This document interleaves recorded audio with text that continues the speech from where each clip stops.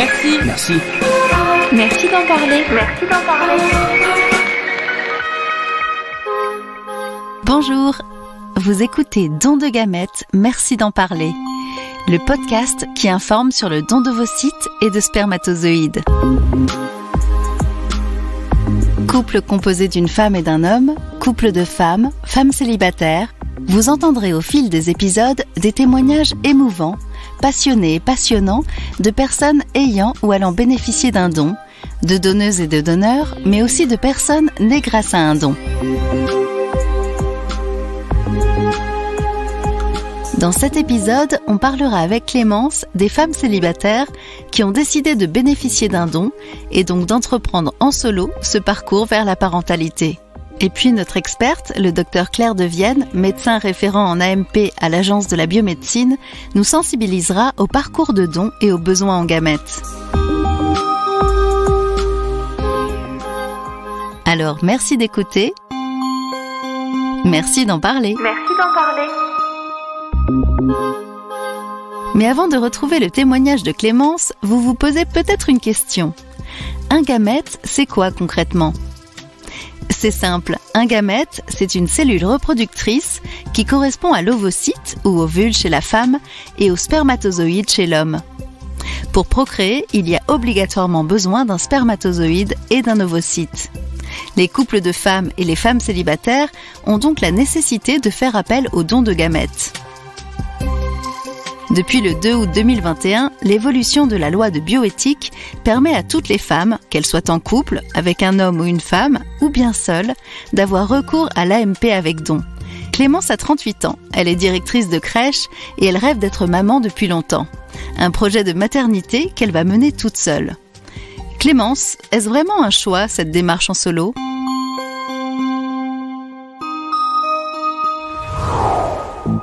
J'ai pas voulu être une maman solo, j'ai juste envie d'être maman. Donc la vie fait que je suis seule, j'ai 38 ans, donc j'ai décidé depuis un long moment que je voulais un enfant. Alors je l'ai décidé, je sais pas si on peut parler d'horloge biologique, mais en tout cas voilà, j'ai un désir profond de vouloir devenir mère. Solo parce que je suis seule, mais si j'avais été accompagnée, je l'aurais fait volontiers à deux. Donc pourquoi ? Je sais pas. J'ai juste envie d'être mère et de goûter la vie de maman. C'est pas un choix philosophique. J'ai pas décidé d'être seule, mais c'est un choix que j'accepte et que j'assume, même si c'est pas facile tous les jours. On a toujours un petit peu, parfois des doutes, mais non, je l'assume et j'y arriverai tout simplement. Alors justement, aujourd'hui, quels sont vos doutes ? Au début, j'ai eu des doutes sur le côté financier. Est-ce que je vais réussir à élever un enfant toute seule ? Donc, parce que pour moi, on peut élever un enfant toute seule ou tout seul, d'ailleurs. Ça a été vraiment le côté financier. Est-ce que je vais pouvoir lui apporter tout ce dont il a besoin ? Un toit, j'en ai déjà un. Mais après, quand il va grandir et compagnie, est-ce qu'on va s'en sortir ? Et ensuite, après, mes doutes, ça a été dans mon parcours. Parce que c'est un parcours qui est pas facile, on est face, on sait pas par où commencer. Donc voilà, j'ai tel âge, j'ai envie d'avoir un enfant, et du coup je fais quoi en fait ? J'appelle qui, quand, comment ? Est-ce que je peux ? Est-ce que je peux pas ? On sait pas, c'est un peu le flou. Donc mes doutes c'est ça, et c'est est-ce que je vais y arriver ? Est-ce que mon corps va arriver à donner la vie ? Et c'est parti comment, la belle histoire de Clémence veut être une maman grâce à l'AMP ? Je me dis, la loi est passée en France, donc je me dis, bon, ok. Et je contacte le centre de dons par mail. D'ailleurs, je fais un petit clin d'œil à une dame qui travaille dans un centre qui a été top, et qui m'a, dans les démarches, et qui m'a tout expliqué, qui appeler, quand, comment. Donc elle m'a dit, vous faites un mail, vous expliquez votre situation. Donc du coup, j'ai fait un mail. J'ai pas du tout galéré. J'ai fait mon mail, je me suis présentée, j'ai demandé ce que je voulais, un bébé évidemment, donc du sperme, voilà, tout simplement. Une semaine après, j'ai eu un mail qui me disait « Clémence, vous avez rendez-vous tel endroit avec tel professeur ». J'étais là, waouh, ok, super. Et donc j'ai eu mon premier rendez-vous dans le centre de dons, où là on m'a expliqué les démarches. Après donc rendez-vous avec le professeur et son assistante, super, il me pose un tas de questions, ça s'est très bien passé. Et moi je voulais juste savoir un truc, c'est quand est-ce que j'avais rendez-vous avec le psy.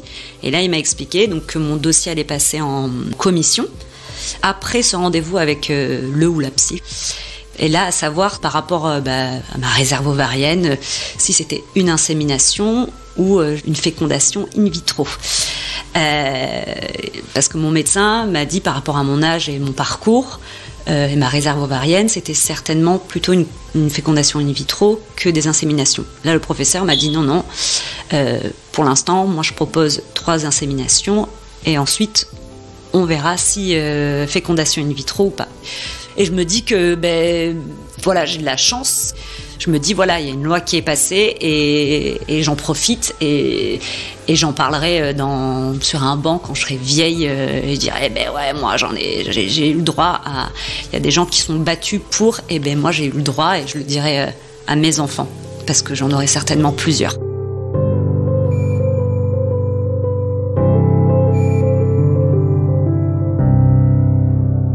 Avec la loi de bioéthique votée en 2021 qui permet à toutes les femmes, dont les femmes seules, d'avoir recours à l'AMP, avez-vous conscience d'être parmi les premières à en bénéficier ? Je me dis que j'ai de la chance parce que je pense à toutes les femmes. Alors là, je vais parler en tant que femme et je me dis pour les prochaines et les prochains d'ailleurs aussi, que ça sera super cool et qu'on aura tous des histoires à raconter à plein d'enfants, à plein de gens.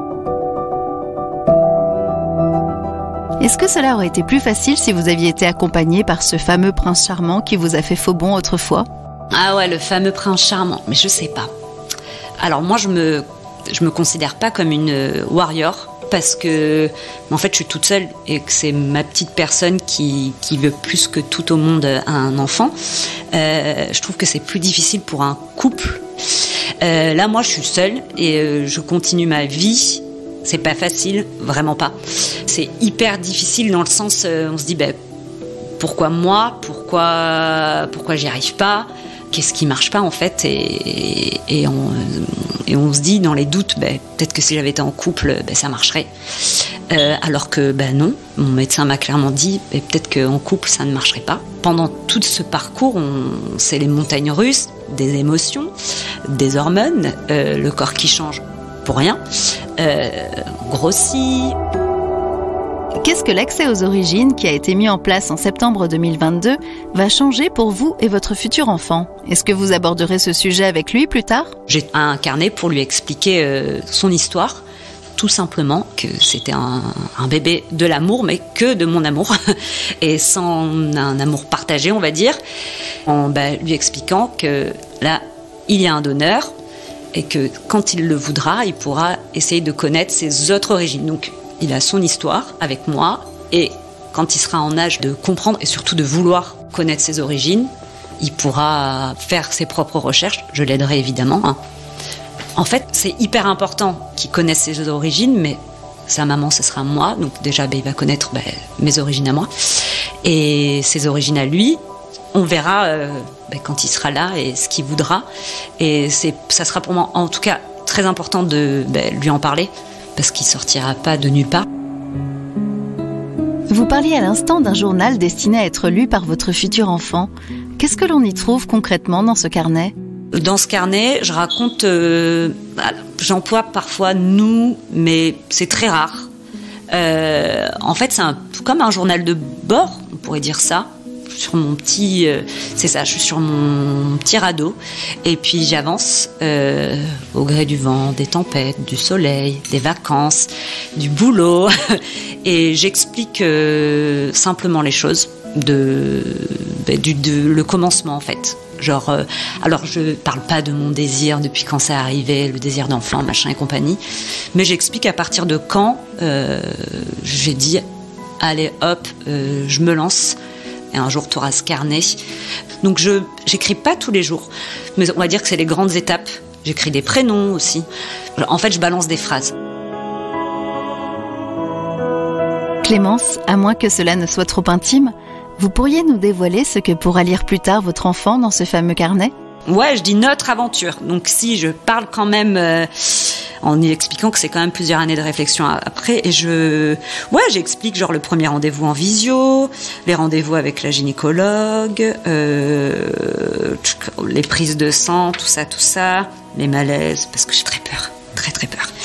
Et je dis je suis pas déçue, mais quand même, parfois, et après je parle de mes périples, voilà.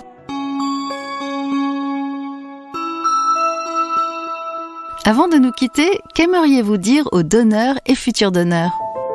Alors, ce que je dirais aux donneurs, donneuses d'ailleurs, de continuer. Et en fait, ce qui serait cool, c'est faire de la prévention dès le plus jeune âge. Et qu'à l'école, on nous apprend plein de choses, mais d'expliquer en fait qu'il y a un besoin de gamètes et pas arriver genre à mon âge, parce que peut-être que je vais aussi avoir besoin d'un don. Alors, j'ai un don côté homme, mais peut-être que un jour ou l'autre, si ça ne fonctionne pas, j'aurai besoin d'un don aussi d'ovocytes. Et juste en fait, les donneurs qui continuent, et que si j'avais l'âge et une réserve ovarienne de folie, je le ferais volontiers. Qu'il faut donner comme on peut, c'est comme le sang. Donc les donneurs et les donneuses, chapeau, franchement, parce que c'est pas facile, je le sais. Donc c'est continuer et surtout communiquer dessus, en fait, être fier de le faire, ou au moins rien que d'en parler. Et évidemment, c'est au moins être informé, en fait, du besoin. Donc je pense qu'il faut qu'on communique plus et qu'on soit sensibilisé. Merci Clémence pour ce témoignage. On vous souhaite bien sûr tous les bonheurs du monde avec votre futur enfant. Merci. Merci. Merci d'en parler. Pour aller plus loin, on écoute l'expertise du docteur Claire Devienne, médecin référent à l'Agence de la biomédecine. Bonjour docteur. Petit rappel, en France, qui peut donner ses gamètes ? Les hommes et les femmes qui sont en capacité de donner leurs gamètes, ils sont très nombreux en France.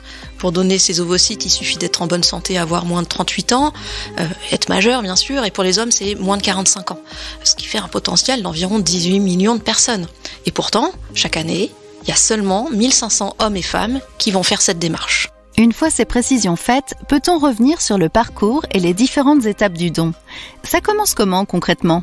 Quand on fait un don de gamètes, ça commence par un rendez-vous dans un centre autorisé au don. Et là, on est accompagné par toute une équipe de professionnels spécialisés, avec un accompagnement psychologique, avec un accompagnement médical, ce qui permet de faire un bilan de santé.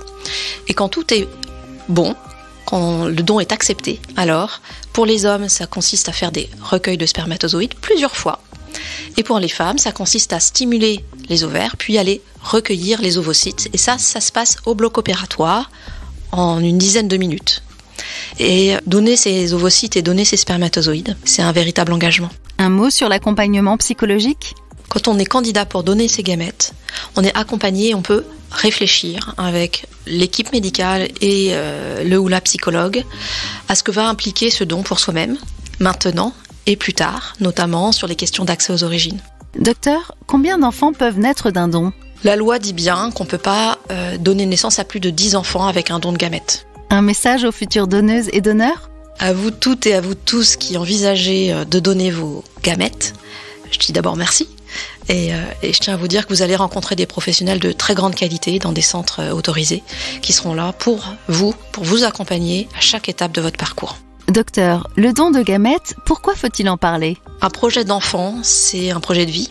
Et pour toutes les personnes qui ont besoin d'un don et qui malheureusement doivent attendre des mois, voire des années, on se rend compte qu'il faut en parler, il faut que ça se sache qu'on a besoin de plus de donneurs, qu'on a besoin de plus de donneuses. Donc merci d'en parler. En parler en toute sérénité, comme nous l'avons fait tout au long de ces 6 épisodes, avec vous et Clémence, Angèle, Padrigue, Lou et Elena, Geneviève et Thibaut, Fanny et Diane. Merci d'en parler.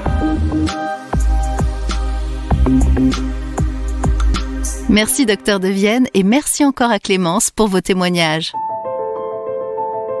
Si vous voulez obtenir plus d'informations sur l'assistance médicale à la procréation ou le don de gamètes, nous vous donnons rendez-vous sur les sites dondevocytes.fr, dondespermatozoïdes.fr et procréation-médicale.fr. Aujourd'hui, des milliers de personnes sont en attente d'un don d'ovocytes ou de spermatozoïdes pour pouvoir devenir parents.